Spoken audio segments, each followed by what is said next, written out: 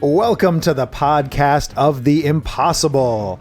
I'm Peter Wood, and I've co-presented virtual shows from this very room with my two esteemed guests today, but those were scripted, and today is not. So brace yourself as I welcome Joel, DeWyer, and Willard. Well, it's true. Steamy. Esteemed guest. We are steamy. We are a steamy trio. We've done shows in here. We've done shows out in the world. And one story that I thought we needed to document was we were doing shows at the Sheraton in Columbia, Maryland. And I remember that, just a quick sidebar. One of the things that's funny about Willard and Wood, I behind the scenes, is that Joel would always be concerned about our last minute changes.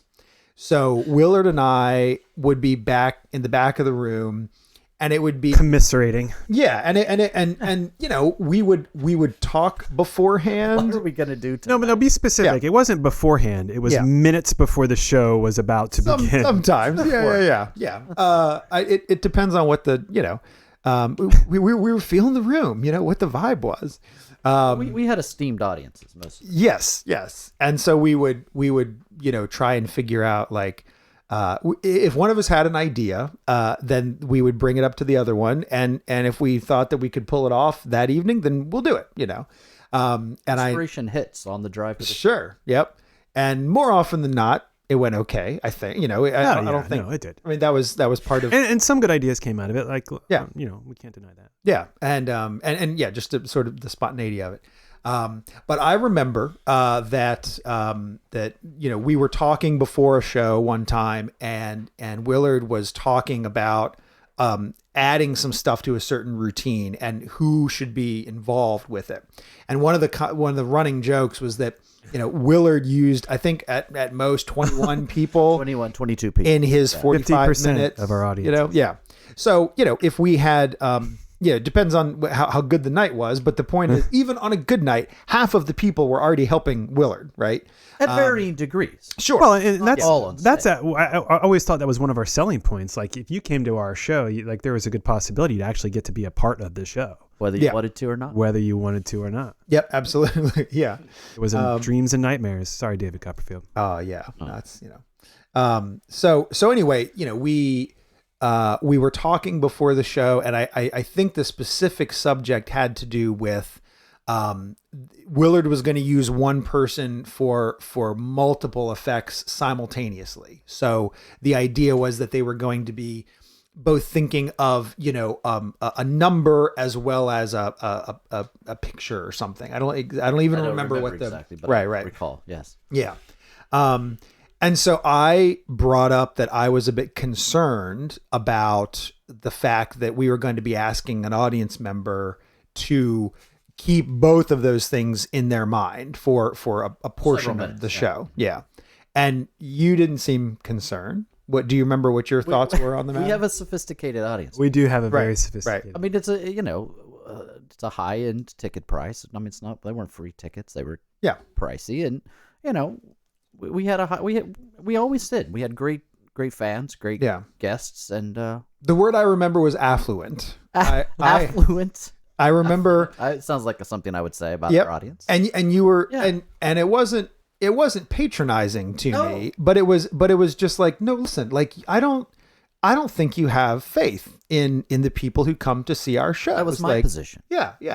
And I wasn't I was definitely thinking about worst case scenario. I was not. I mean, I agreed with you that on average that's going to be fine, but we're professionals and we have to plan for the outliers. So I still haven't figured out exactly which story you're telling. I know, because there's like multiple outcomes to this audience, and it could be. If you're imagining the worst possible outcome to this, by the way, wasn't that the show where someone fell asleep in the front row? Or dozed off. They didn't fall asleep. They dozed off. They were an older audience they got member. Especially relaxed during the relaxation sequence. That's right. It was during your Well, so you should take it from here. Yeah. Well, if I recall that night, we didn't have a full house. No, it was a pretty light less crowd. than the 22. I don't. It wasn't a full house. Yeah. And so I think people were being used a lot. I think that was part of the discussion of can we double up? Yeah. And so this gentleman, he needed to help with a couple of things, but it happened right after where everyone goes through a relaxation sequence. Induction, sort of a almost faux hypnosis moment. Right. But this gentleman stayed asleep. Like he went under, if I recall. I think he was astrally projecting somewhere. I mean, he was relaxed. And then and so I had to bring him back out, but then I needed to use him for something and have him stand up. And well, I wasn't sure if I had farted. Okay. It turns out that I did not, and he had pooped his pants. He had evacuated his bowels. He absolutely had. He had gotten so relaxed that I didn't know what to do. Yeah. But I had to just keep trucking. Right. And I did. Front row. He was one of the affluent front row guests, indeed, and that happened. And when we were talking about it after the show, I could not stop laughing, crying, because of all the nights for you to lecture me on how it really was. That's why the story is brilliant. It would have been funny if these two things had happened at different shows, right? If somebody had lost control of their bowels, and on another night you were saying, and I might have even brought that up. Like, do you remember a couple of weeks ago when you were telling me that the people who come to this show are sophisticated and affluent, and now tonight a guy crapped his pants? But it was the same night and it was the same show and it was literally the same person. Like we were talking about, can this individual keep two things in their brain at the same time? He made room for it. And he made room inside. No, he was couldn't not even keep from pooping. No, he was not good at keeping things. And what it was so, he didn't even excuse himself. Like I'm not even sure he knows. Yeah, no, I'm not even sure he remembers. I mean, sure. Part of the joke, is that you sort of induced him into like a relaxed. Like he was out. Like I don't know that he was under. But that has never happened to me. No, I've hypnotized. Right. And gone through the sequence with a lot of people and done a lot of hypnotism, and I've never had anyone shit themselves. Sure. I do think we should have changed it to Willard and Wood. So good you'll poop your pants. Yeah, I think there's marketing there. Yeah, it almost like Uranus, Missouri. Yeah. That's from our. That is a good story. I mean that along with the. And I'm not laughing. 11th hour. I'm really no. It's just one of those. We have no idea. You wonder what happens at our shows. Well, here's some strange thing that occurred. But it did happen. Yeah. No, but have you guys ever, while we're on the subject, I've had kids pee their pants multiple times on stage from excitement or nervousness, or I'll tell you the number one reason that what ends up happening. I have one particular routine that is it's the Willoughby routine, which is a spring animal, like a puppet basically, that I'll do sometimes in family shows. If I'm having fun with that routine, that will run 12 to 14 minutes, right? And so that is the most likely routine where I have a kid who was, raised their hand enthusiastically, excited to help out. I bring them up on stage and then they have to, at the 8-minute mark when they realize, I have to go to the bathroom. Mm-hmm. In every other routine, they would have already been back in their seat and they can go off to the restroom and, but so that I have to be careful with that one. But it's also weird. Like I can't say all right, I need 2 people to help me out who don't have to pee, and I'm I'm not going to expect. How often do they just pee themselves versus asking to be excused? So frustratingly, it is hard for them. Rarely do they vocalize it. Rarely, now in best cases scenario, what I have seen is the dance or the holding of themselves. And so, especially now that it has happened enough times, and in this routine in particular, I'm watching for the signs. And so then I have multiple ways of being able to bring it to a successful conclusion to let them say like, oh, if you have to, you can leave the stage for a little bit if you need to. Like I'm subtle about it, I do feel bad. Like if it just happens and we're not, no one's aware of it. There've been a couple times where I've been really happy that I was able just to sort of, one kid, like I saw that there was a wet spot forming. And so I just took, the prop out of the hand. I said, if you want to go over the side of the stage there, you're welcome to. And it was off like to the wing. And they said, no, I'm good. yeah. I'm having a great time. Just want to stay right here. And it worked. I mean, like, it was in a situation, I'm sure some of the kids noticed in the audience, but at the same time, it was not like a like it wasn't a big ridicule kind of a thing.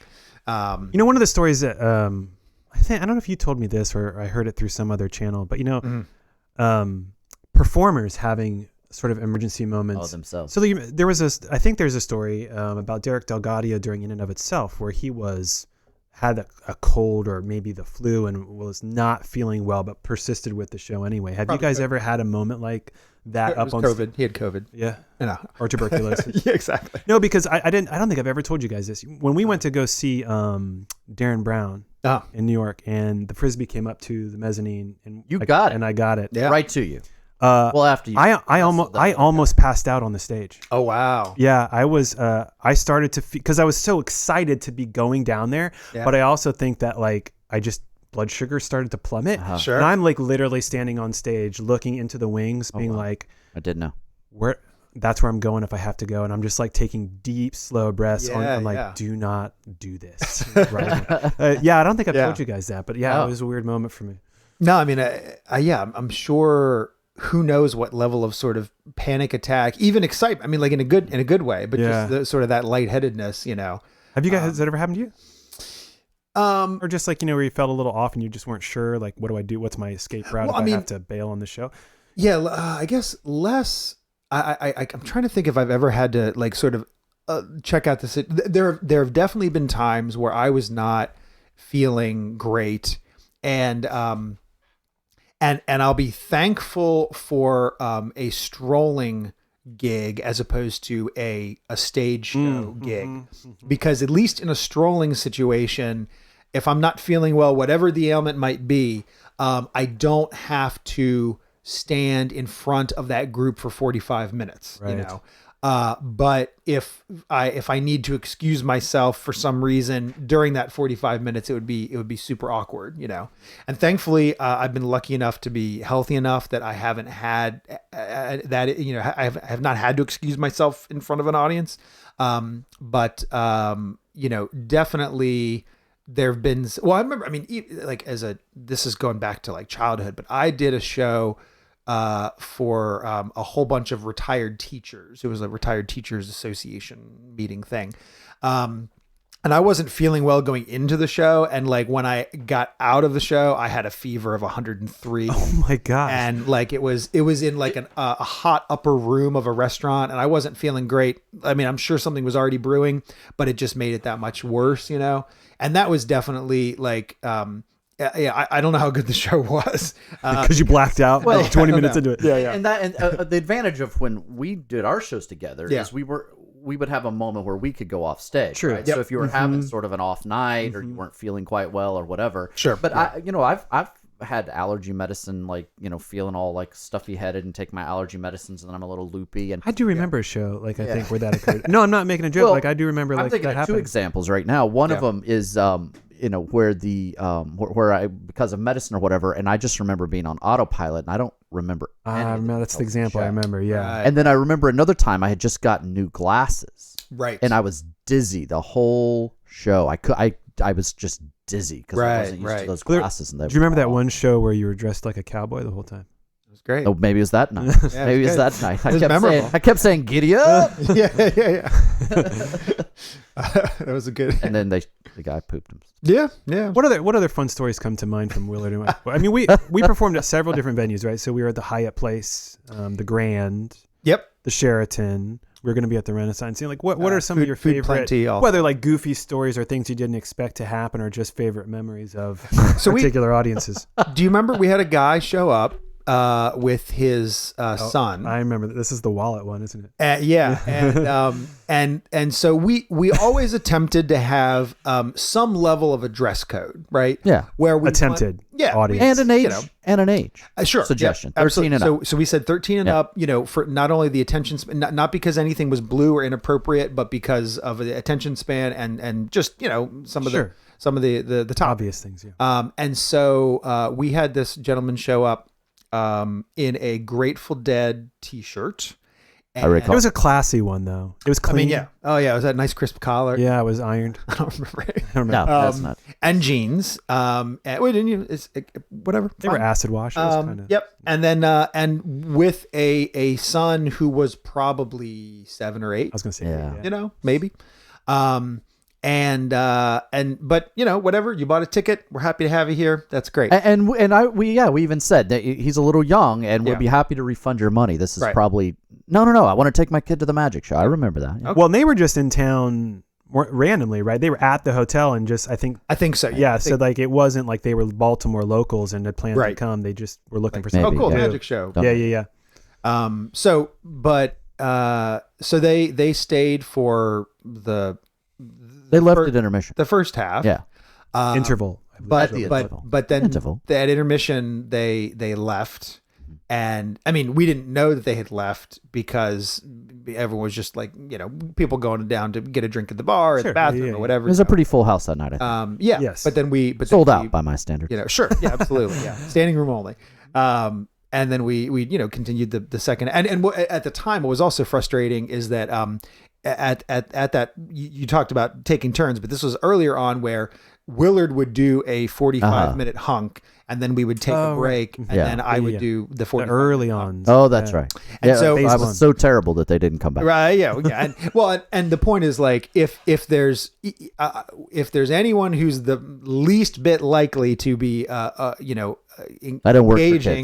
engaging either an 8-year-old or a Grateful Dead fan, it would be more Not likely Willard. me. But then what happened with the wallet?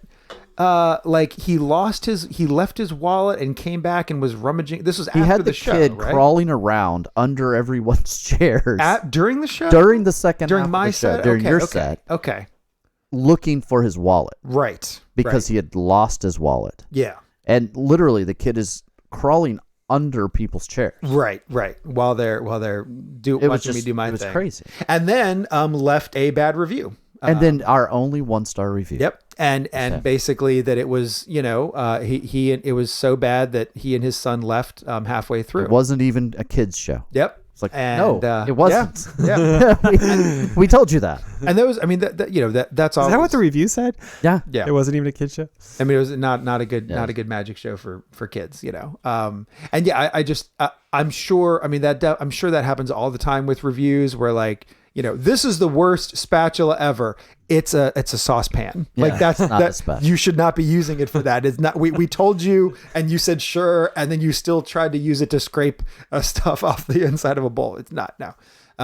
But that's those outliers are going to happen. Do you all remember the show at the Grand? I think this probably happened on more than one occasion, but where there was like a high school prom on a level above us or below us, like massive prom.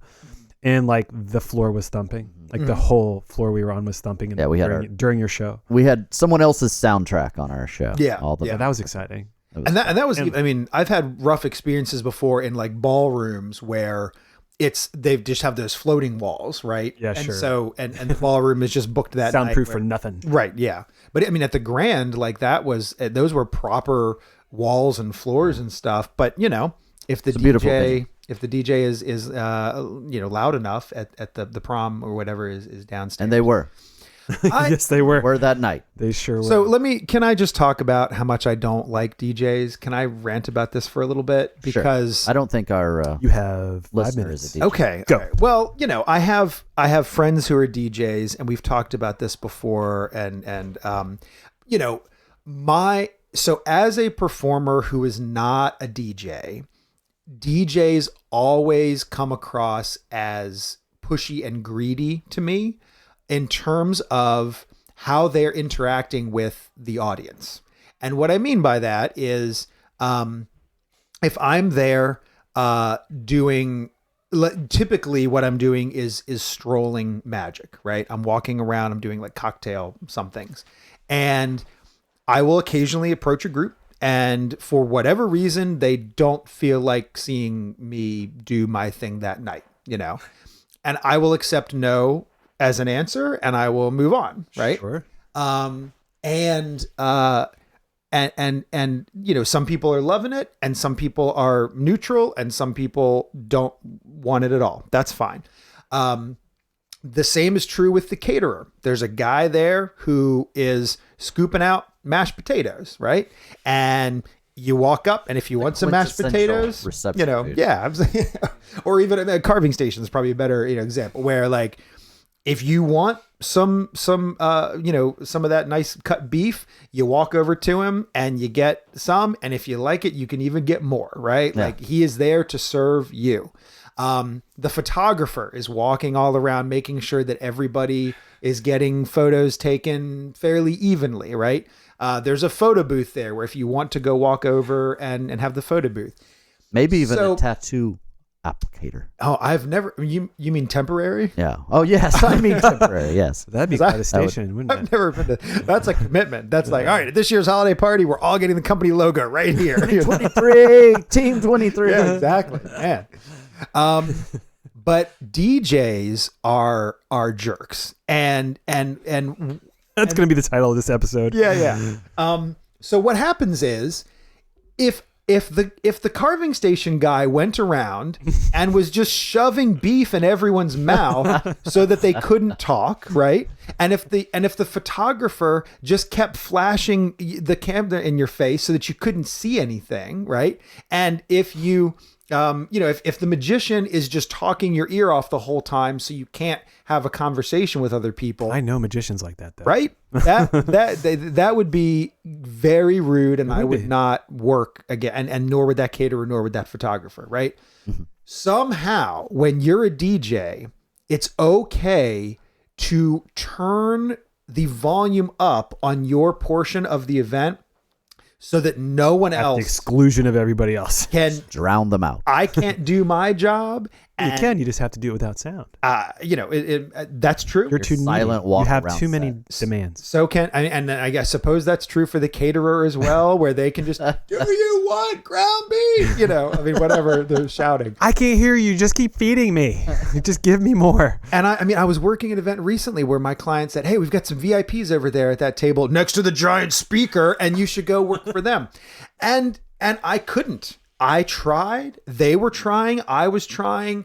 They could not hear me, and I was shouting. And I just felt bad for all involved because, like, I understand that the DJ wants everyone to dance, and that's what they're paid for, right? And if you're not dancing, it's clearly because you can't hear the music.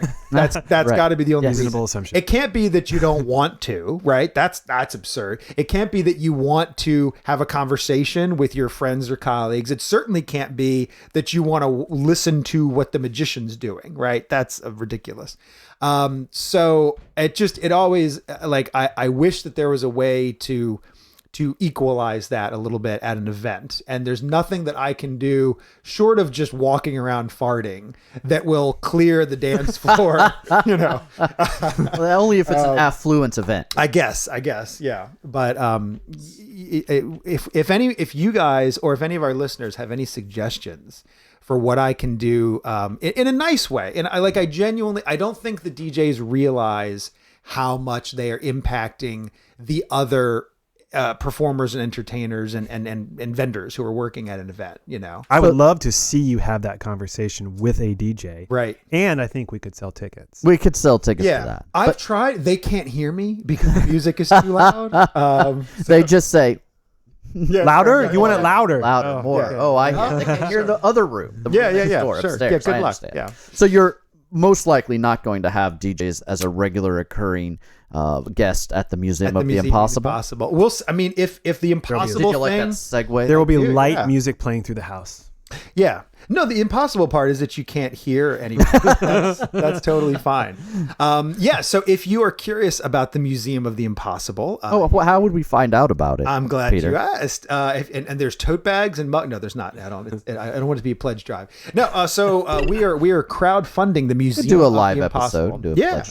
But only for the Patreon subscribers. That's right. Absolutely. Yeah. We have over on at museumoftheimpossible.com. That's where I have the Patreon set up, and basically Patreon lets you subscribe to the project on a monthly basis. So if you think it'd be cool to see Museum of the Impossible get created by yours truly, then you can be a supporter and you can come along for the ride and you can be a part of that whole thing. That's museumoftheimpossible.com. I know that the Museum of the Impossible is not just about magic.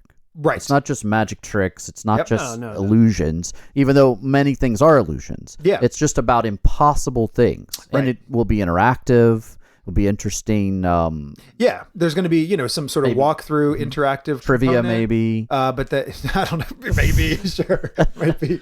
Maybe even some fudge. Sure. If there is a gift shop, there should be fudge. I think Uranus fudge. Absolutely from Uranus. Well, I don't know. I want to, as part of the project, I don't know if you have this book or not.